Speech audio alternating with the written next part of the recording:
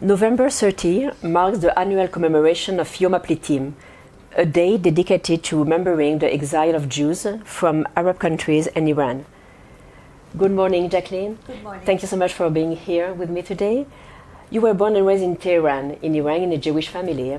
At 17, you witnessed the 1979 Iranian Revolution and continued to live in the Islamic Republic during its most volatile times, including the Iran-Iraq War.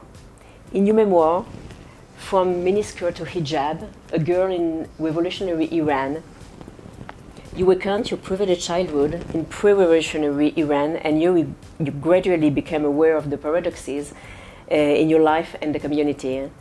Then almost overnight, you went from a life of wearing miniskirt to high school parties to listening to fanatic diatribes, being forced to wear a hijab, and hiding in your basement as Iraqi bombs fell over your city. You eventually came to America in 1987 and were granted asylum from persecution. Yes. From miniskirt to hijab, a girl in revolutionary Iran is the Chicago Writers Association 2020 Book of the Year and a finalist of the 2020 Clara Jensen, Faithful Creel, and Eric Hoffer Book Awards. Let me start by reading those few sentences at the very beginning of your book by 13th century Persian poet Sa'adi. Human beings are like parts of a body, created from one essence. When one part is hurt and in pain, others cannot remain in peace and quiet. If the misery of others leaves you indifferent, or with no feeling of sorrow, then you cannot be called a human being. So, let's talk. Let's talk about your life at the time of the Shah. Well, I was born in the 60s and 70s when I was a child and a teenager growing up in Iran. It was considered the golden era, golden age for the Jewish minority and the country. There was a king, Mohammad Reza Shah Pahlavi, who gave a lot of freedoms to the country, rapid modernization, westernization. However, he was an autocratic king and there was no political freedom. He had a secret police called Savak, and people yearned for more democracy. And but overall, I lived in very, very good life. My father was a university professor. My mother worked for the airlines. I went to a Jewish day school. This is my family. This is your family in your life before the Iranian Revolution. This is me. You can see my sister wearing a miniskirt. Right. And this is at Niavaran Park.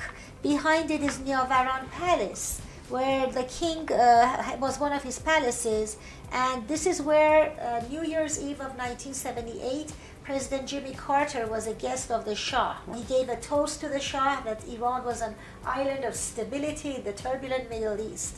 So life was pretty good. We traveled, we had friends from all different faiths and religions. Nobody cared what religion you were. Right. We all had a very, very comfortable life. How was, by then, before the revolution, the relationship between Iran and Israel? Well, Israel and Iran had a very good amicable relations. You know, when Israel was founded in 1948, Iran was one of the first countries that recognized Israel. Persians and the Jews have a long history of coexistence. Jews have been in that region for 2,700 years. And Israelis bought oil from Iran. They helped build infrastructure in Iran. There were many Israelis living in Iran. I used to pass the Israeli embassy. There was a diplomatic mission. It was on Kakh Shomali Avenue.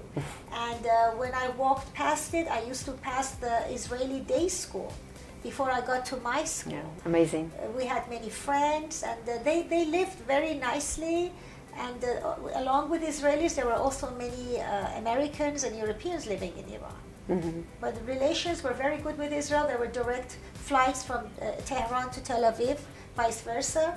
Many Jewish families had relatives in Israel. Many Muslims would travel to Israel for medical issues and treatments.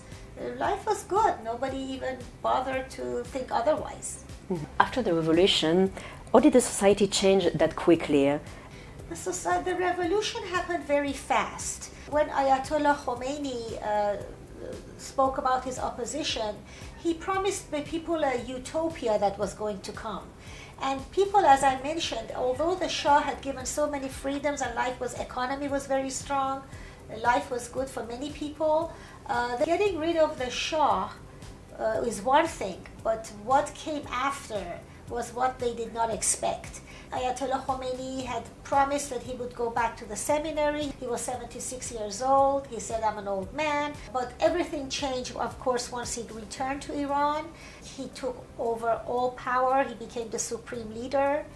And the revolution basically took about, from August of 1978, it started. There was a movie theater called Rex, Cinema Rex, in southern Iran, in the city of Abadan. And it was hot summer day in August. A lot of people had gone to the movie theater.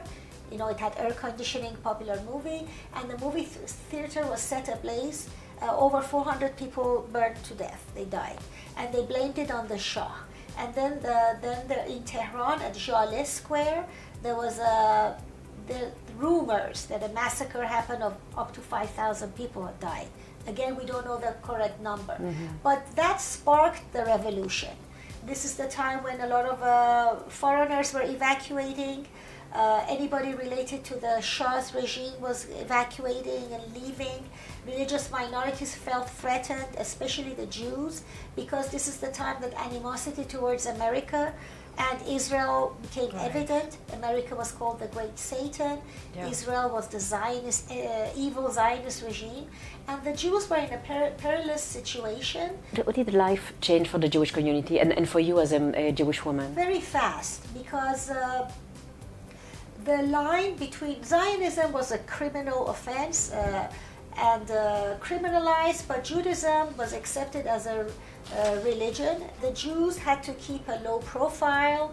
They had to condemn Israel as well. I'll give you an example. We had jewelry, Jewish star jewelry, and after the revolution we had to throw them all away. Any association with Israel was dangerous.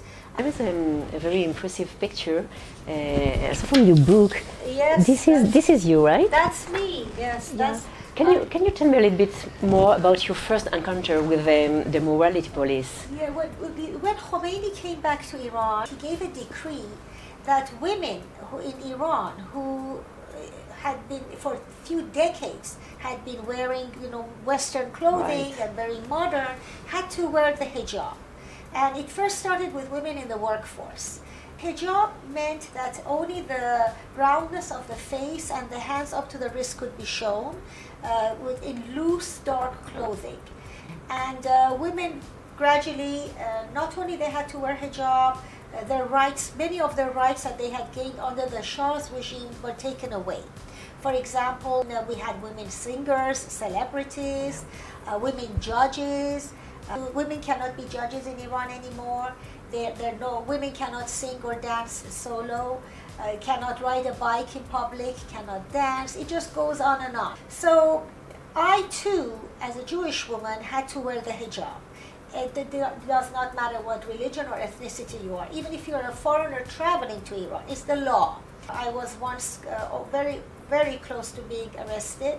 And morality police are notorious for being brutal and very harsh. What did your experience in Iran, where you could have been arrested and even killed for espousing Zionism, inspire a deeper connection to Israel?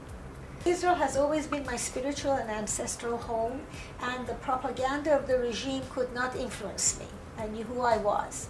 Living through the oppression that I did has given me the responsibility to educate others of the significance of Israel and how important it is. And I believe today Iranian people and Israelis have the same enemy.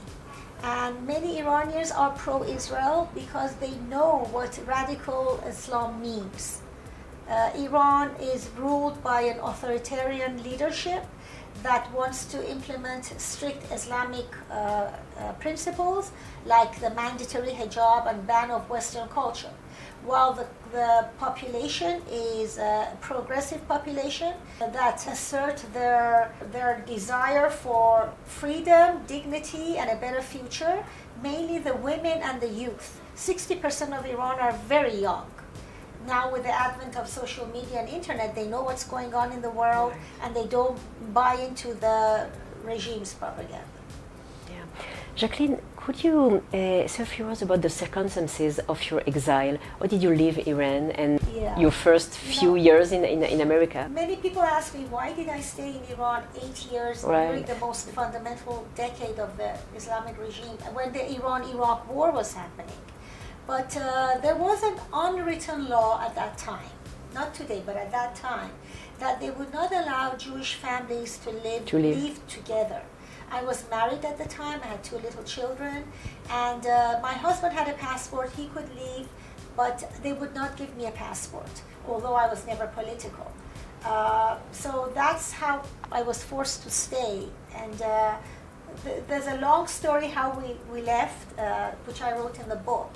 But once we got to America, my husband was a doctor, but in America his education was not accepted. He was a foreign graduate. So he had to retake a lot of exams and do his whole residency all over again. So it was hard, and I was denied an education in Iran for many reasons.